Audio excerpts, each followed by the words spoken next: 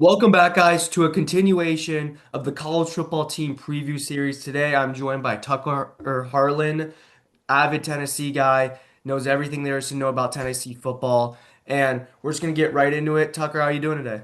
Doing all right, Austin. Thanks for having me on. No problem. So we're gonna start. We have to start with last year in order to talk about this year. So last year, you guys were the talk of the offseason last year due to the Nico situation. Josh Heupel putting his foot down, saying, "No holdouts, no nothing, get out of here."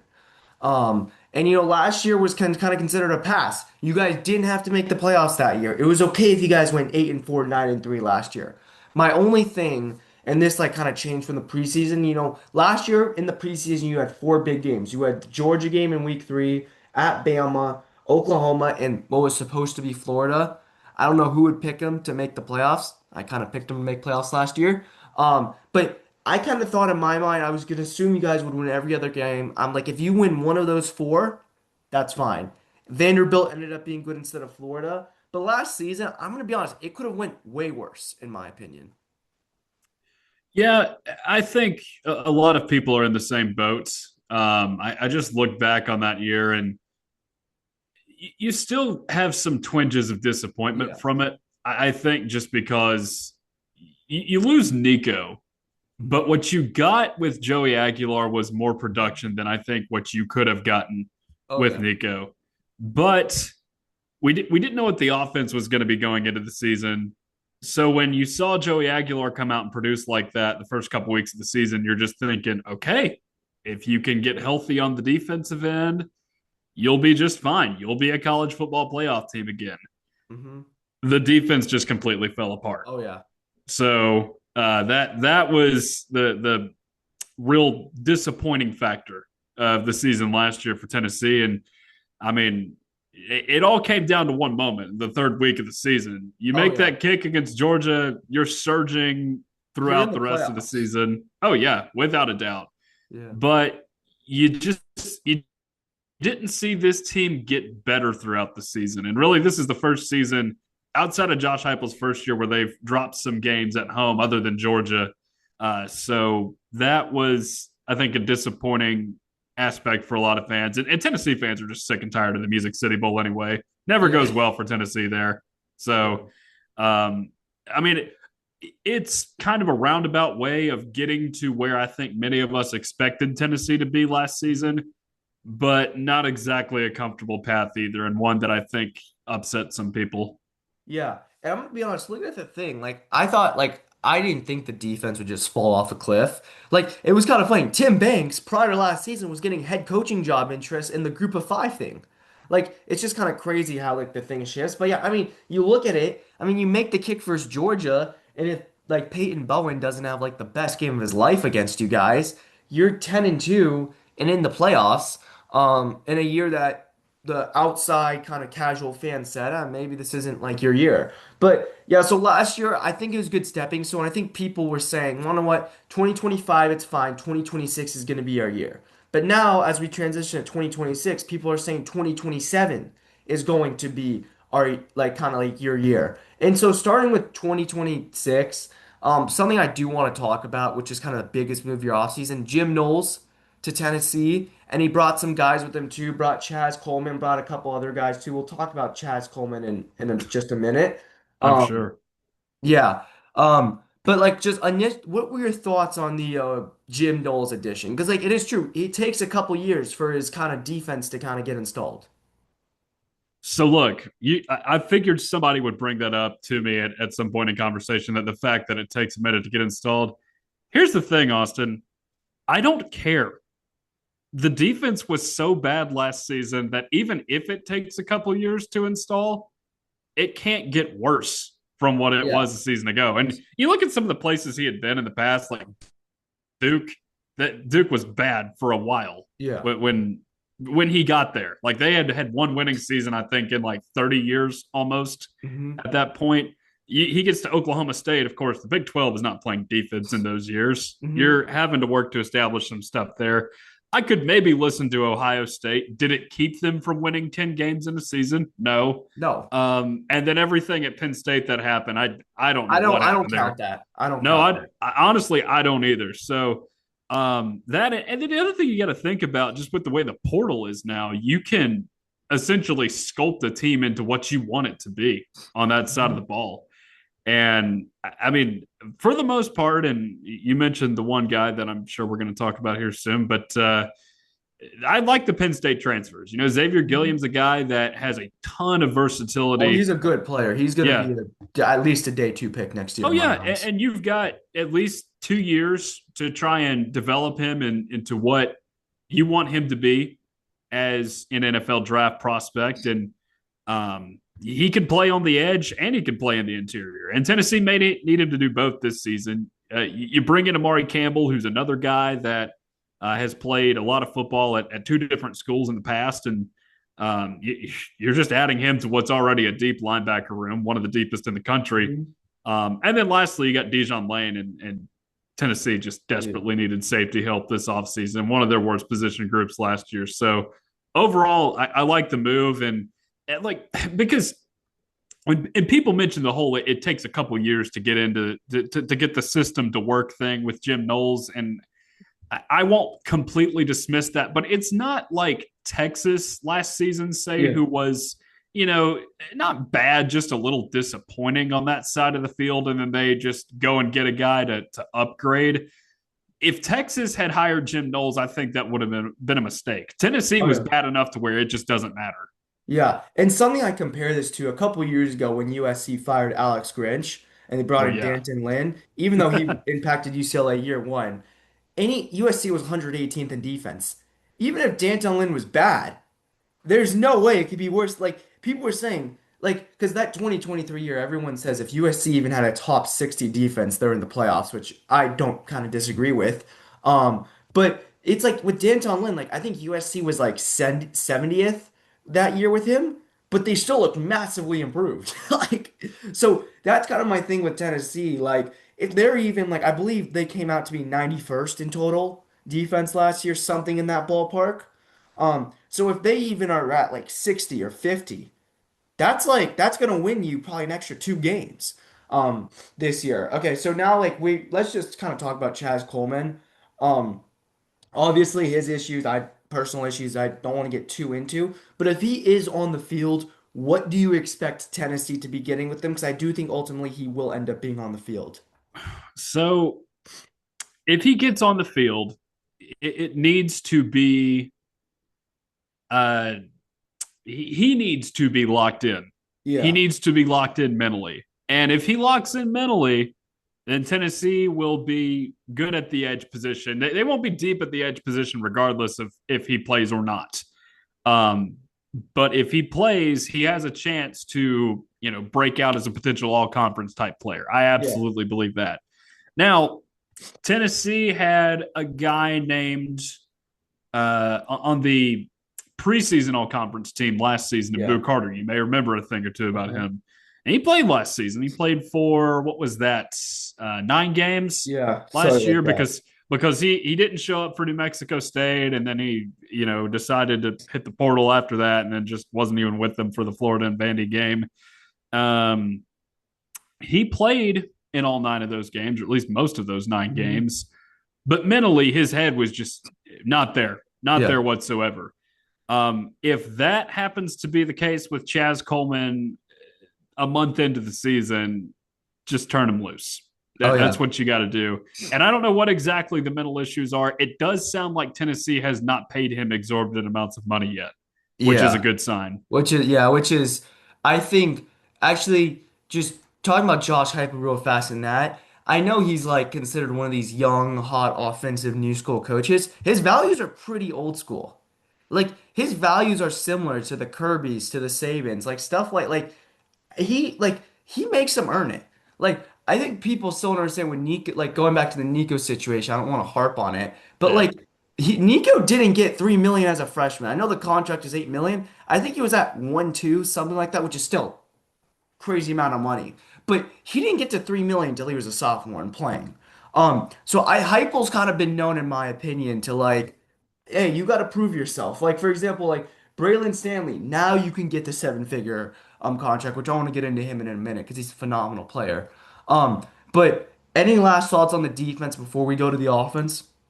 Well, I think the defensive line room is honestly, or defensive end in particular, is a little Yeah. bit more concerning than quarterback at this point. That I don't know if that's a hot take necessarily with the Coleman thing, but Yeah. just not a ton of depth over there. But linebacker is deep, and then admittedly, I haven't talked enough about the defensive back room on Hmm. my show. But a lot of people are calling that a top 10 group in the country, just with all the portal acquisitions they made. They also have a couple good returners in Ty Redmond and Hmm. Idris Farouk as well. So it And I could also be a like the really TJ strong group. Metcalf. I like the TJ Yeah. Metcalf edition. Yeah, that was a good one. Quay Moss is another one we've talked about a lot on our show just because Star was a position that totally fell apart last season with Boo and then Jordan Thomas medically retiring. It got a little messy.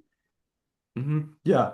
All right, so transitioning to the offense, which is considered Heupel's like baby. Let's just get it out of the way. Let's talk about the quarterback battle. I Okay. did the same thing with Jackson about Alabama. So a lot of people were probably expecting Tennessee to bring in a transfer. Like a big like a Lincoln Kiholtz, Austin Mack, something like that. Like if Austin Mack were to transfer something like that. Um between it's right now probably between Jordan McIntyre and Faison Brandon. In my opinion, I think you just roll out Faison Brandon. What say you on that? That is the correct play, I think, just because you look at what those guys have done so far, there's really not much difference between the two of them at this point. Like McIntyre Yeah. has played 18 snaps in his college career. They're not Yeah. meaningful snaps. They're garbage time against ETSU and New Mexico State. So there's that to keep in mind. In terms of what those guys have done in the past, like in high school, primarily speaking. So I grew up, when I went to school, let's see, what is that, a minute or two down the road from where George McIntyre went to school in Brentwood, Tennessee. And he he played on that school's one of their worst teams of all time. And that school always has talent, like plenty of names you'd recognize: Jalen Ramsey, Derek Barnett, Dawson Knox. There's a few NFL players that have wandered around Yeah. there in the past. They weren't his teammates, but he had talented teammates, some really Yeah. talented teammates. But didn't do well that year. It did better the next year, but still didn't make it that far into playoffs, if I'm not mistaken. The thing with Faison Brandon is this guy's a proven winner. All right, he won two state championships, one of which he was coming off an injury and led his team to a state championship in North Carolina. That is a quality that I think a lot of people don't look at enough in quarterbacks, is their ability to win games. The other thing with the two of them, I think that you got to look at is um, just their physiques at this Oh yeah. point. Faison is a little better built. I mean, he's mature for his age, but just in terms of his body, it's a little bit more complete than what McIntyre's is right now. McIntyre, he came into UT standing at 6'5", 180, looking like, what's the guy's name? James Blackman from Florida State Yeah. from a few years back. Just real skinny and tall back there in the backfield. He's over 200 now. Hmm. I still don't think he's quite to his ideal weight under new strength coach Derek Owings, which is another huge ad Oh yeah. this offseason from Indiana. But I just think as a whole, Faison is a little more ready right now Yeah. than George, which it may sound crazy to say from just to any outsider hearing that, but yeah, I think Faison is more ready at this point. Yeah. And my thing with like Tennessee, I mean, I know whatchamacallit, like Hendon Hooker was a transfer quarterback and Joey Yeah, Aguilar was a transfer quarterback. But Josh Heupel isn't too big on that, it seems like. And I wasn't saying go get, a Brennan Sorsby or Sam Levitt, but get like an Austin Simmons, a maybe an Aiden Childs, like a Kenny Minchey. Kenny Minchey is who I really wanted them to get. Because I just thought he'd be a great fit. Like I was like, get someone like that. Because like here's the thing, it's like if you get a guy like, for example, Kenny Minchey, who's just a sophomore right now, you'll have him for next year at least too. And so that's why my thing with the quarterback like battle is it's like I feel like everybody in the country, not just me, was waiting for Tennessee to get someone. And listen, if Faison Brandon or George McIntyre comes in, wins you guys 9, 10 games, I'll shut up, I'll admit I'm wrong. But were you at all kind of hoping for a transfer quarterback, or were you like, let's roll out, let's see what we have? Well, I think a big part of this that you got to remember, Joey was still fighting for eligibility, and if he Yeah, gets that good eligibility, point. Tennessee's automatically a playoff contender. So you got to think about Yeah, that at that point good in good point. That's my bad. Yeah. time. Yeah, but the other thing that I think about at this point, the asking price for these quarterbacks on the portal has become ridiculous. You got the whole Texas Tech tax with Brendan Sorsby. They were thinking about Sorsby initially. Probably a good thing they didn't get him, Yeah. just in light of everything that's happened. Mhm. And then they were, of course, going after Sam Levitt. They were reportedly, trying to pay him $7 million, but Lane Kiffin comes into Knoxville and takes him with him. And of course, all the LSU fans are flexing on that. But I, a part of me is just thinking to myself, like, you got to let these horses run at some point. You got to Yeah. let your 5-star talent show off if you're going to keep recruiting those guys. Hmm. Because then what's going to happen is if you keep going to the portal because you don't think they're ready, they're just going to keep leaving you. What's the Yeah. point of even doing that anymore? So, that's one part of it, and then also there's just some things with Sam Levitt that I think he would be a slight disappointment in this offense, and I Yeah. think Tennessee fans would be letting him hear it, and I would not be shocked if it had become a Nico 2.0 type situation with a Yeah. quarterback. So I won't harp on that too much, but Yeah.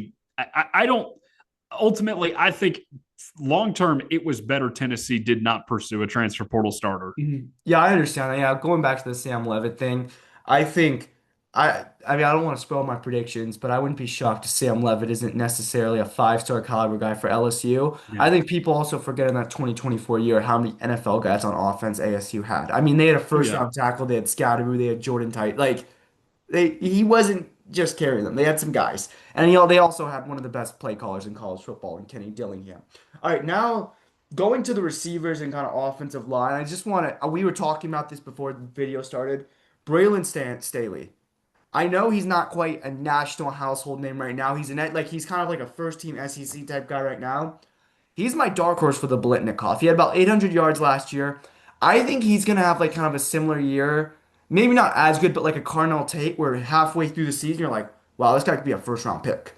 Like, what are your thoughts in the receiver room and also kind of Staley in particular? Because you're the one kind of following these guys every day.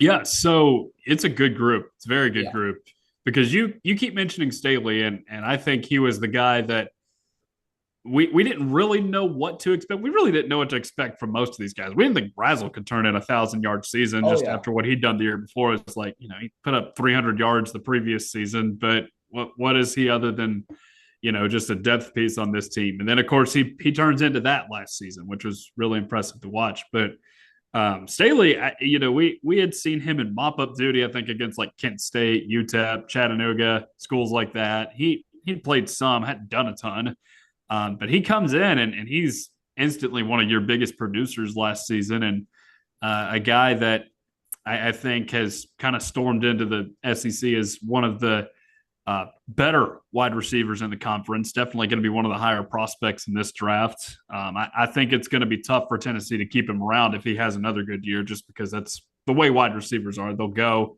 Mhm. if they have a good year.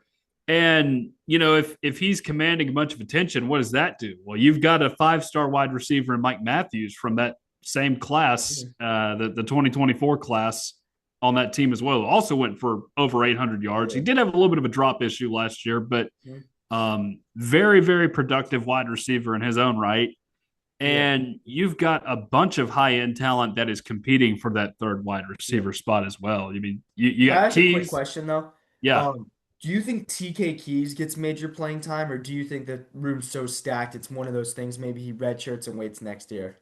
It's going to be tough because you've got two high end 4 stars and Rodarius Jackson and Travis Smith, who he will be competing for with that Yeah. third spot on the line.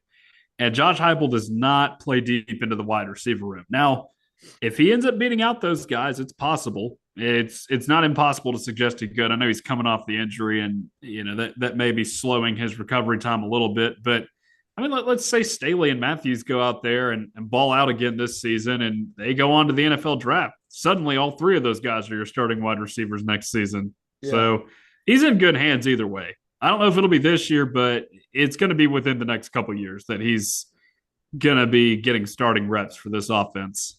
Yeah. And I also want to go to a group that's not being talked about enough nationally, who I think is going to actually be maybe the strong point of your team outside the receiver room, your offensive line. And I like it. They have a lot of time together. Like this group, like they've had a couple years now, which I really, really like. What are your thoughts on the offensive line? I'm especially a fan of the interior of the offensive line as well. Yeah, it's a good group. They did lose Lance Hurd to the transfer portal, which is what it is. He wanted a Yeah. couple more $1 million that he probably didn't earn, so they just said, "Go on your merry way," because they wanted to move Sanders over to left tackle. Lance Hurd doesn't like that. I mean, we talk about diva wide receivers. Tennessee is the home of diva tackles. Yeah. Him and Gerald Mincey both didn't get what they wanted and wound up at Kentucky afterwards. So Yeah. good for them, I guess. But looking at what the current state of this offensive line is, David Sanders is the 5-star freshman from the 2025 class that Tennessee fought off Ohio State and Nebraska for. He had a good year last year. He did have the one blown block against Oklahoma, and I think we would be talking about him a little bit more right now had it not been for the injury that kind of hindered his growth at the beginning of the 2025 season. The guy that really jumped out last season that I don't think everybody was expecting to was Jesse Perry in Oh the yeah. interior of that offensive line. He had a tremendous season last year for Tennessee. Looking at the rest of the group, you got Wendell Moy, who kind of dealt with some injuries down the stretch, but Yeah. overall, I thought he was solid when he He'll was be in fine. there. Yeah, I think so too. And then what was Sam Pendleton is the Mhm. center, who was all right last year. I think he could take a step forward this year. He's still got Mhm. 2 years of eligibility left, and then Ori Williams, who is I don't want to call him Lance Hurd 2.0 because he also came from LSU, Mhm. but you'll likely have him on the other side at offensive tackle this season, and he's a guy that seems like just judging on media availability is not that these are everything, but he seems like a joy to be around as an Yeah. offensive lineman, which is good. You want that. So, and there's a little bit of depth too to this group as well. It's not Gabriel just those Osenda. five guys. Do what? Gabriel Osenda, like the Yeah, tackle coming in. that's a possibility. I'd be curious to see how much they actually play him this year, but those were not the guys I was not thinking as much about him, but he's still a big one Yeah. as a 5-star prospect because you've got Donovan Haslam, the kid who transferred in from West Virginia, who I think would be more of like an interior piece. Hmm. And then he stomached some criticism last year, but he got some experience, and that's Sham Umarov Hmm. when Sanders was dealing with that injury. So it has a little bit of depth to it, a little more than what we're accustomed to. You just got to make sure the chemistry is right between those guys because if it's not, you may be in for a long season. Yeah, no, I agree with that. And then finally, let's just talk about the run game. Deshaun Bishop had a really good year last year. My only problem was, I mean, outside of the Bama game, I felt like against, Georgia, Oklahoma, like teams like that, he just kind of like you didn't see anything from him. What are some things you want to see from him this year? I I think he's going to develop into a more consistent back this year Yeah. because he was in like a 3-man rotation last year. Like they used Peyton Lewis some. Star Hmm. Thomas was that second back that they kind of turned to use as like a third down back in the receiving game. So I think he'll take a step forward this year in that regard. And he had some good games last year. Florida, I think, was solid. Illinois, when they wanted to hand him the ball, same thing with Mississippi State. Like Yeah.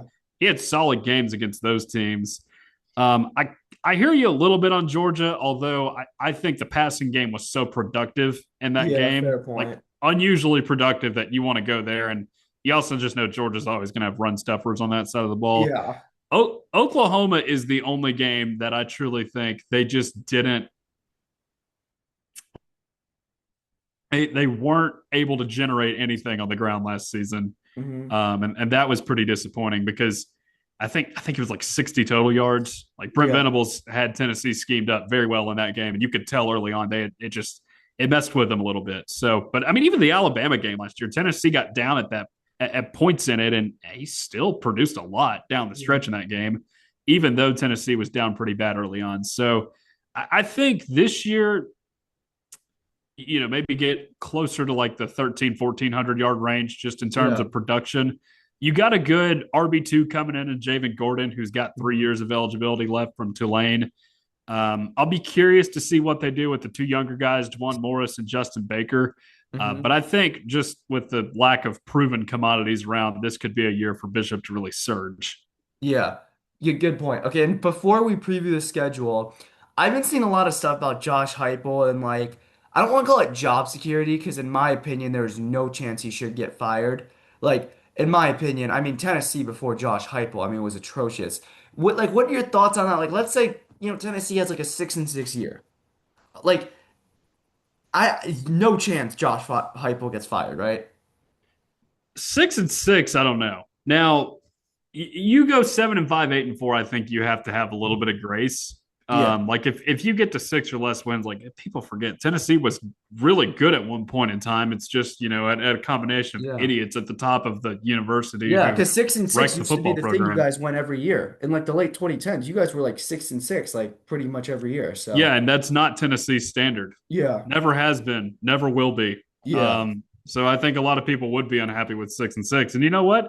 That would be his worst record at yeah. Tennessee if he was to do that because he won 7 games his first year. He went seven Hmm. and five in the regular season, which was a good start. They've never truly bottomed out under him. Yeah, Now, as for his job security this season, that's I think it depends on who you talk to because there's a yeah, lot of Tennessee fans that are getting a little tired of seeing some of the same things. He's not up until this offseason, he's kind of been a guy who's not really been willing to learn from his mistakes. And there's still a mhm, couple in there like clock management. And then yeah, I think this is unique to this era of college football, but character evaluation of high level prospects yeah, are the two big issues he's had at this point in his career. But and I don't want this to devolve into me ranting about the current state of college mhm, football because I think a lot of Tennessee fans would be unhappy with 7-5 or 8-4. And I'm not saying they're wrong about it necessarily. Like it's a little tiresome to mhm, repeat the same thing when you're paying exorbitant amounts of money for it. yeah, I think the blame Heupel is stomaching a lot of blame for decisions made by the people above him. yeah, Danny White, the athletics director, he's imposed a couple of different talent taxes yeah, on season ticket holders. Their season tickets, I think it's up like 14% from what it used to be. hmm, That's money going to the players who are not exactly loyal to Tennessee. yeah, And when Tennessee fans see that, they're like, okay, we're going to win a championship in the next couple of years, right? If the yeah. tickets are going up this much, we're going to win a national championship. And then, wouldn't you know it, one of the guys at the SEC spring meetings who's advocating the hardest for a 2014 playoff is none other than Danny White, the Oh athletics yeah, director, because he doesn't want to fire Josh Heupel. yeah, Listen, I am a college football purist. I have watched the BCS era. I don't love what the college football playoff era is. I can see right through the 8-4 getting you to a 2014 playoff. oh yeah, It's annoying. 100%. Yeah. Yeah, and then So no one gets fired. Like it's yeah, like, exactly. It's just job security for everyone. So I don't necessarily think Josh Heupel's seat should be warm. I just think a lot of decisions have been made by people above him that have put undue pressure on him. yeah, and that's why he gets paid $10 million a year. Yeah. To stomach the blame. Also, just one last point before we switch to schedule. If Josh Heupel were to ever get fired by Tennessee, there are probably 20, 30 programs that in just like they'll give him a call in like 5 minutes. Okay, we're gonna transition to the schedule right now and go through the best and worst case scenario. All right, so we're gonna preview the schedule. So looking at it, besides Texas A&M and LSU, most of your tough games are spread out. You have Texas week 4, which is a noon kickoff, which we don't have time to get into, but that's Yeah. terrible. Um, and then got the third Saturday of October, but it's kind of like last year. You got 4 or 5 tough games. Other than that, it's pretty manageable. Yeah. Yeah. No, I don't think it's dreadful. Now, the way the SEC is, all Yeah. of some of these teams that are usually down or were down last season could flare up. They could Like cause South you a Carolina, challenge. like at South Carolina, it's never easy. Yeah, no, definitely not easy at South Carolina, and Shane Beamer is impossible to predict on a year-to-year basis. I will say this though, and I'll expand on this a little more on my show on Monday, but that game being an afternoon kickoff is a huge win for Tennessee. Oh yeah. Yeah. It's kind of like Bama last year when Bama went in there in the afternoon. Like, If that's at night, that's a different story. And also, like, there's teams, for example, Kentucky. They could, if Kenny Minchie works out and Will Stein's as good as he is at Yeah. Oregon, like, they could be a really good team going Well, at. here's the thing I'm gonna say about that, Austin. I am 24 years old. I have only seen Kentucky beat Tennessee once in Neyland Stadium. They've Fair only done point. it once since 1984. Fair They point. don't, they do not beat Tennessee Yeah, fair point. ever. Yeah, it's not like Florida. Yeah, fair point. All right, so we're gonna go to the worst case scenario, the best case scenario. So my worst case scenario, like if 2024 Florida State happened, I think 6-6. I'm gonna be honest, like Georgia Tech, I just don't think you guys are losing to. I think if you guys had your worst case scenario, everything fell out. You lose to Texas, you lose to Bama, you lose to South Carolina, you lose to Kentucky, then you lose to A&M and LSU. I would say if that was in Jordan Hare, I would say Auburn, but it's just way too early in the season. I think Auburn's so new. What are your thoughts on this being the worst case scenario? Well, interesting that you said Tennessee's going to do it against Georgia Tech. I actually find that tougher than some of the games on the schedule. Not that Georgia Tech is necessarily a tough place to go and win, but I do think Tennessee should win that game. But the way Georgia Tech has played under Brent Key, they could be Oh pretty yeah, I mean good. they're feisty, they're tough. Yeah, I think Texas and Texas A&M are for sure the most losable games on the Yeah. schedule for Tennessee, without a doubt. South Carolina, look, I can understand the rationale, especially if Tennessee beats Alabama the week before and you get like a Yeah. hangover type Oh, sorry, I thing. meant to say Bama beats Tennessee in this scenario. That's my bad. Oh, I said in Bama. this worst case scenario, Bama beats, and that's my bad. I'm sorry. Yeah. Oh, no. I think Tennessee will be motivated to Yeah. play South Carolina if they lose to Bama at home. Yeah. That's just my thought. And then Kentucky, again, respectfully, the only time they have ever beaten Tennessee within the last 42 years at home is with in front of a 25% capacity crowd. I was Yeah. there. It was terrible. That was my freshman year of college. Yeah, Yeah. horrible times then. You're right about Texas A&M. I think that's one of Tennessee's most losable games this year. And then I look at LSU. There's a very real chance that LSU is just a science experiment gone wrong this year. Oh yeah. Like I'm not saying that they should be, but I feel like they're getting like Lane Kiffin will always generate lots of attention for himself. Yeah. Good They or they are bad? getting a lot of attention, and I'm not necessarily sure they're deserving of it. Aside Yeah. from the fact that Lane Kiffin's their head coach. Yeah, no, that's a fair point. And also that game against LSU should be no earlier than 6:30 Central Time. Yeah. So now we're gonna go to the best case scenario. And my best case scenario, in my opinion, is 10-2 with losses to A&M and M and Texas. So in this scenario, I have you beating LSU, I have you beating Bama. Thoughts on this, and do you think there's a chance for them to be better, or do you think 10-2 is probably like the like kind of the best they'll do this year? Well, interestingly, that's my best case scenario as well. I think Texas and Texas A&M are easily your two most losable games on the schedule. Yeah. So, not going to disagree with you on that one. The only other stumbling blocks I could see for Tennessee this year that I just haven't mentioned. Do not ask me why, because it makes no sense. But on the road at Arkansas, that Arkansas has been this weird thorn in Yeah. Tennessee's side historically. Like obviously, you know about Nico running out of bounds. Hmm.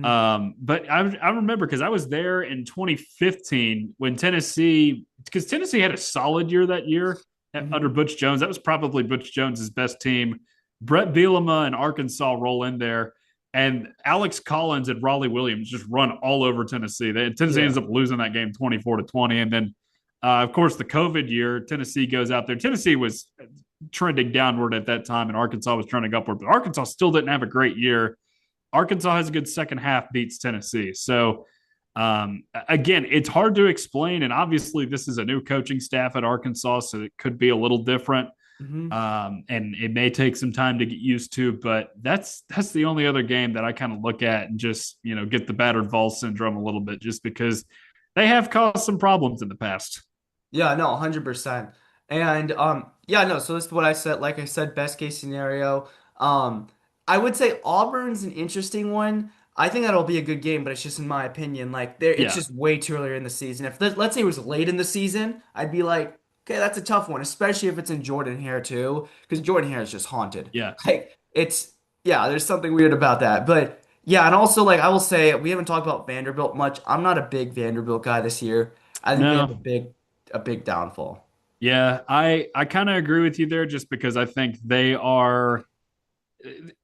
How can you match the grittiness of that team of last season, I think is the best way to put it. Like, I know Yeah. Jared Curtis is a 5-star, but what made them go was their grit. And not to say that he's a prima donna by any means, but I just look at that and I wonder how you can replicate that kind of success. It's Vanderbilt. I don't know how that is tangible for them every year. And you mentioned Auburn. I was also there the last time they played Auburn at home. It did not go well. Yeah. 55-23 blowout loss in 2013. And that was with the first year Gus Malzahn as head coach. So do keep Yeah. that in mind. Interesting. Yeah. And with Auburn, I think that's a team that if they beat Florida at home, then I think we can start to have conversations about them as like a Yeah. solid middle of the pack SEC team. I don't know if they do that though. Yeah. So that's one I look at that Tennessee should win early Mhm. on in the schedule. Like Georgia Tech, you mentioned, I feel more sure about Auburn than I do Georgia Tech at this moment. Mhm. But it can be tough. Anything can happen. Yeah, and also Yeah, one more thing, like Bama, they haven't beat Tennessee with a real crowd since 2018 in Tennessee. So yeah. I mean, I said on Bama's like one of Bama's best case scenarios, they lose to A&M or Tennessee. And I think it's still like, despite like people saying Tennessee's going to struggle this year, a very losable game. Well, thank you, Tucker, for joining us. We really appreciate it. You want to shout out anything before we leave? Yes. So I have work in several different places. You can find me on the Tennessee at the Voice of College Football channel and SEC at the Voice of College Football channel, where we're covering everything Tennessee and SEC in the football world. You can check me out over on Vols Wire. That's a USA Today affiliate. I mainly cover recruiting over there. Recruiting has been kind of up and down lately. Tennessee's gotten 3 recruits within the last week, at least that I can think of. They did get a kicker that I must have forgotten about a while ago. But anyway, you can find me there. I am covering all the recruiting for that site. You can also check me out on CFBHQ on SI. We cover a variety of different topics over there in the college football world, for Brendan Sorsby to the latest recruiting news to Urban Meyer apparently getting a job offer from Arizona in 2012. So all Oh. kinds of different stuff that you can find over there. So that's where I am. Yeah, well, thank you, Tucker, for joining us. We appreciate it. I wish you the best of luck for Tennessee this year. And yeah, hopefully we'll do something again. I'll see you guys next time.